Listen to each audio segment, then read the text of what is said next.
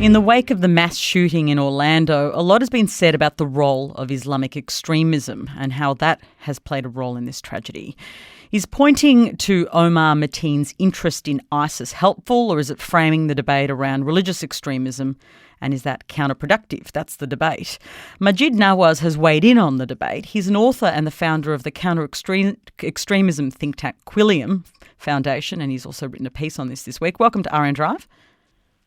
Thank you, Patricia. Lovely to speak to you again. Do you believe that Muslims have a responsibility to actively denounce what Omar Mateen did in Orlando? I think the framing of that question is wrong, if you forgive me just to allow me a moment to clarify. No, please. So tell me I'm wrong. I think apologies.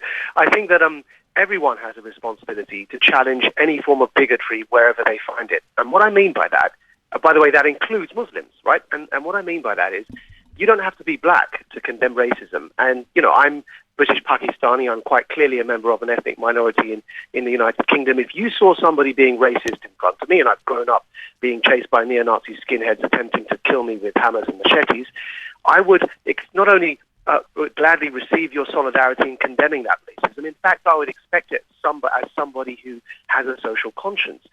Likewise, you don't have to be Jewish to condemn anti-Semitism. You don't have to be gay to condemn homophobia, and you don't have to be Muslim to condemn Islamist extremism. Actually, just as I'd expect for you to condemn racism when you see it coming from my direction, I would gladly condemn any form of bigotry, whether it's misogyny or anti-Muslim bigotry, that is coming in your direction from members of my own faith community. And I think all of us, if we look at it in this way, it's not that there's an extra responsibility on anyone else. It's that all of us as members of civil society have a duty to condemn bigotry and fascism and theocracy and theocratic tendencies and all forms of racism wherever we see them. And if we stand together in that way and are consistent, then it will help to diminish some of this feeling of victimhood where sometimes Muslims say, well, why are we expected to apologize for this? And actually, it's not an issue of it. That's misunderstanding the issue. It's an issue of showing solidarity against bigotry, not of apologizing. Earlier this week, you wrote a column for the Daily Beast and you called out Muslims who refuse to acknowledge the role of Islamic theology in this, both when it comes to homophobia and extremism. And you've copped a lot of flack from fellow liberals over it. Why did you put yourself out there like that? Yes, because I just think that, we've got to be honest about this. I think there's a cognitive dissonance. There's a disassociation going on in our thought process.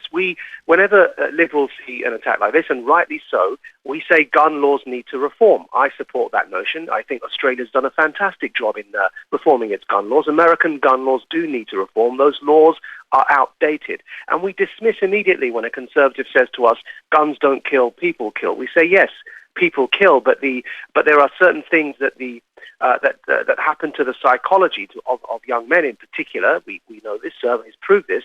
If you're carrying a weapon, you become a lot more bold in your confrontations with people because it gives a boost to your confidence. When you feel like you have a license to do something extra because of that gun, there's a problem, right? So we can't at the same time argue for the reform of gun laws while then in the same breath saying that medieval Islamic interpretations around sexuality and those laws don't need reform. And that's the problem I have here. We have to be consistent. I say that, yes, US gun laws need reform. Those laws are outdated, but so do medieval Islamic laws regarding sexuality. They, too, need reform. And there is a way to do that within our faith tradition. These passages in the Quran that talk about the people of Lot and how they are transgressors, and in another passage how they are people who act ignorantly, and that's the story of Lot, and the fact that even in the Old Testament, the story of men having relations with other men, and the prophet Lot condemning that. And then there are hadith or traditions of the prophet that come in, and they talk about killing he who it is done to and he who does it to others. And then there's a hadith about throwing gays off tall buildings, which is exactly how ISIS interprets it and does it literally.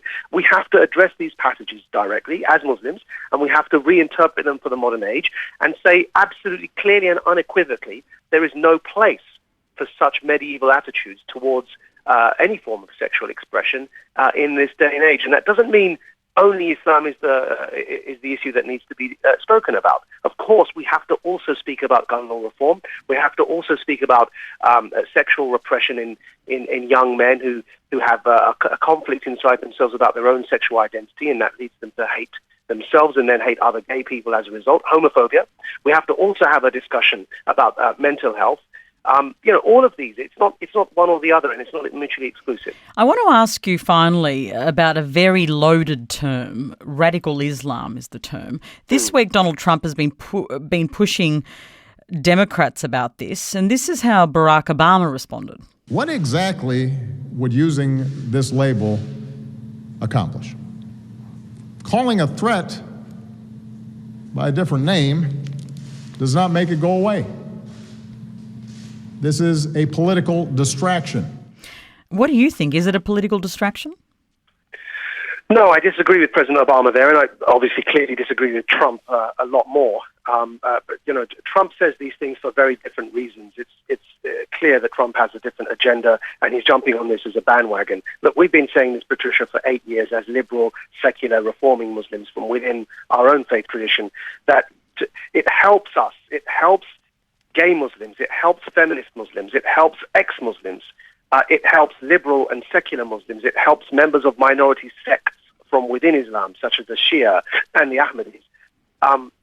All of these who I call the minorities within the minority community. It helps us, if we have a lexicon, to distinguish our own faith tradition from this form of extremism. Now, the word extremism is too generic because, of course, we have all forms of extremism. But if we don't name this particular type of extremism, it doesn't provide us with a lexicon within the faith tradition to distinguish it from Islam by making those theological arguments, some of which I've just alluded to in the previous answer.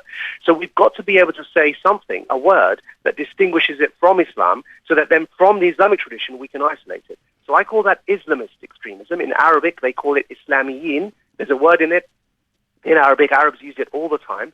And that helps us draw that distinction. So it's not that Islam and all Islam and every variant of Islam and every single Muslim is to blame, but rather one particular interpretation of Islam, and that's Islamist extremism, or the desire to impose a version of Islam over society.